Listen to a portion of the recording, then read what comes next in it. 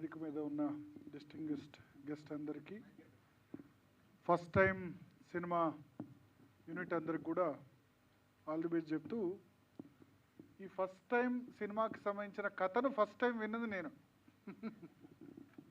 ఎందుకంటే హేమంత్ గారు నా మిత్రుడు. సో మొట్టమొదట ఆయన కథ చెప్పింది నాకే, అంతేనా? నేనే కదా మీ తర్వాత ఫస్ట్ షేర్ చేసుకుంది ఐ థింక్ నాతోనే. మూవీకి సంబంధించిన రఫ్ కట్ చూసింది కూడా ఫస్ట్ నేనే. సో నాకు తెలుసు అంటే ఈ మూవీ ప్రారంభోత్సవం చేసుకున్నప్పుడు కూడా అప్పటి నుంచి కూడా నేను దీనిలో యాక్టివ్ ఉన్నాను. చాలా టాలెంట్ అంటే సినిమా ఇండస్ట్రీలో ఇప్పుడు నేను ఒక ఛానల్కి చీఫ్ ఎడిటర్గా ఉన్నాను కాబట్టి మన సినిమా కష్టాలు అని చెప్తాం కదా.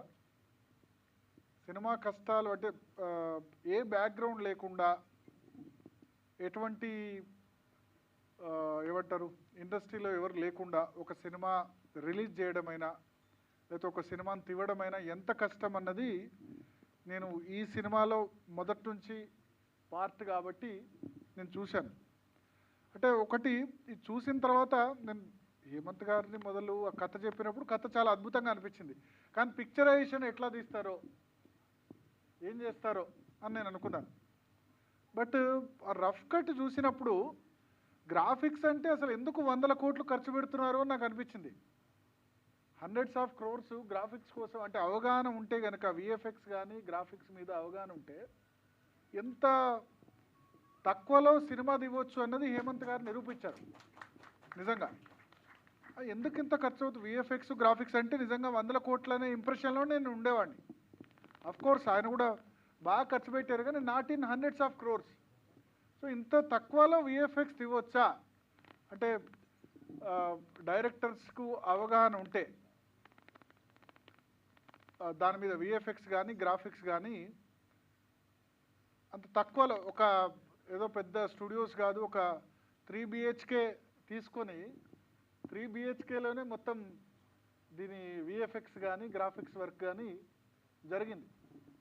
సో ఈ మూవీ రిలీజ్ కానీ దానికి కానీ ఎన్ని కష్టాలు పడ్డారో నాకు తెలుసు. హీరో సంబంధించి కానీ ఆ తర్వాత మిగతా ఇష్యూస్లో కానీ. బట్ అవుట్పుట్ చూసిన తర్వాత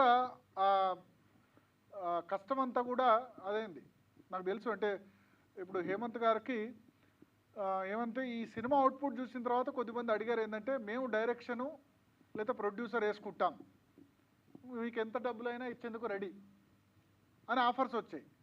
బట్ ఆయన డబ్బులు కాదు, ఎందుకంటే చాలా కష్టపడి తీశారు కాబట్టి ఇది నేను ఇవ్వను వేరే వాళ్ళకి, దీన్ని ప్రొడ్యూసర్ కానీ లేకపోతే డైరెక్టర్ కానీ నేనే ఉంటాను. ఎందుకంటే అది సంబంధించి అంటే గోస్ట్ డైరెక్టర్స్ గోస్ట్ ప్రొడ్యూసర్స్ సంబంధించి కూడా పూర్తిగా అయింది.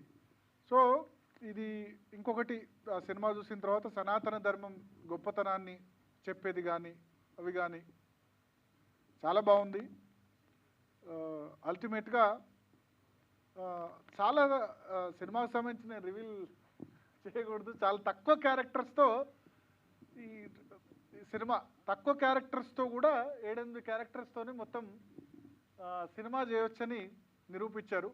డెఫినెట్గా అంటే సినిమా ఇండస్ట్రీలో కొత్త టాలెంట్ రావాలి, ఎటువంటి బ్యాక్గ్రౌండ్ లేని వాళ్ళు కూడా చాలా క్రియేటివిటీ ఉంటుంది, చాలా వాళ్ళకి టాలెంట్ ఉంటుంది అన్నది నాకు హేమంత్ గారిని చూసిన తర్వాత నా మిత్రుడు హేమంత్ని చూసిన తర్వాత నాకు అనిపించింది. అంటే ఎంతోమంది టాలెంట్ ఇట్లా తెలియకుండా బికాజ్ ఆఫ్ ఫైనాన్షియల్ ఇష్యూస్ కానీ ఫైనాన్షియల్ ప్రాబ్లమ్స్ కానీ ఇప్పుడు ఏమైందంటే కొత్త సినిమా అంటే కనుక స్టార్ కాస్టింగ్ కావాలి అంతే.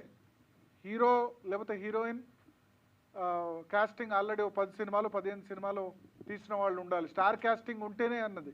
బట్ వితౌట్ స్టార్ కాస్టింగ్ ఎంత మంచి సినిమా తీయవచ్చు. ఎందుకంటే దీనిలో కూడా ఆ స్టార్ కాస్టింగ్ కూడా అవసరం లేకుండానే కొత్త వాళ్ళతోనే ఇది నిజానికి సబ్జెక్ట్ కూడా కొత్త వాళ్ళతో తీసేదే. ఎందుకంటే ఫస్ట్ టైం కాబట్టి సినిమాలో పనిచేసే నటీనటులంతా కూడా ఫస్ట్ టైం ఉంటేనే దీనికి కరెక్ట్గా వర్త్ అవుతుందని హేమంత్ గారు నిరూపించారు. So all the best Hemant garu. డెఫినెట్గా ఇది నేను సినిమా మొత్తం చూశాను కాబట్టి చెప్తున్నాను, నాకైతే అమేజింగ్ అనిపించింది. బికాస్ ఒక కొత్త వ్యక్తి డైరెక్షన్ అంటే ఆయన 2వ సినిమా ఇది రెండు సరే ఫస్ట్ సినిమా మొదటి సినిమాతోనే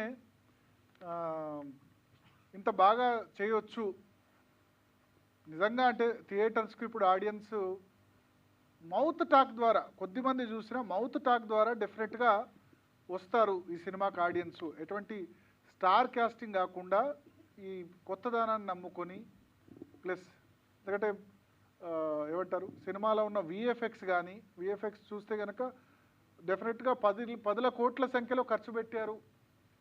డెఫినెట్గా దీన్ని చూస్తే ఒక 50-60 crores బడ్జెట్ అవుతుంది అని అనుకుంటారు డెఫినెట్గా. సో అంత కమాండ్ ఉంది హేమంత్ గారికి. సో నాకు కూడా మొదలు కథ బాగానే ఉంది, బట్ పిక్చరేషన్ చేయగలుగుతారా, కథ చాలా ఇంట్రెస్టింగ్గా ఉందనిపించింది, బట్ చాలా అద్భుతంగా చేశారు. సో ఈ నటీనటులందరికీ, క్రూ అందరికి కూడా ఆల్ ది బెస్ట్. డెఫినెట్గా ఈ సినిమా సక్సెస్ కావాలి, థియేట్రికల్లో ఆడాలి అని నేను కోరుకుంటాను ఖచ్చితంగా. అంటే ఇప్పుడు కొన్ని సినిమాలు మనం ఏమంటారంటే ఎందుకు హిట్ కాలేదు అనుకుంటాం. ఎగ్జాంపుల్ అతడు సినిమా ఏమంటారు థియేటర్లో ఆడలేదు, బట్ టీవీలో అయితే చాలా, అసలు అతడు సినిమాకి చాలా అద్భుతంగా ఆడింది. కలేజా సినిమా కూడా అంతే అనుకుంటా. సో ఇది థియేటర్లోనే ఆడాలి, తర్వాత ఓటీటీల్లో కూడా బ్రహ్మాండంగా ఆడాలని స్ఫూర్తిగా కోరుకుంటూ, so all the best to movie unit, Payal Rajput ji and heroines Gayatri Gupta గారికి, మిగతా మూవీ యూనిట్ అందరికి కూడా ఆల్ ది బెస్ట్ చెప్తూ, డెఫినెట్గా రాబోయే రోజుల్లో ఇంకా 25 days ఉంది కాబట్టి ఈ సినిమా ట్రైలర్ కానీ మిగతాయి కానీ సక్సెస్ అవుతాయని కోరుకుంటూ థ్యాంక్ యూ వెరీ మచ్.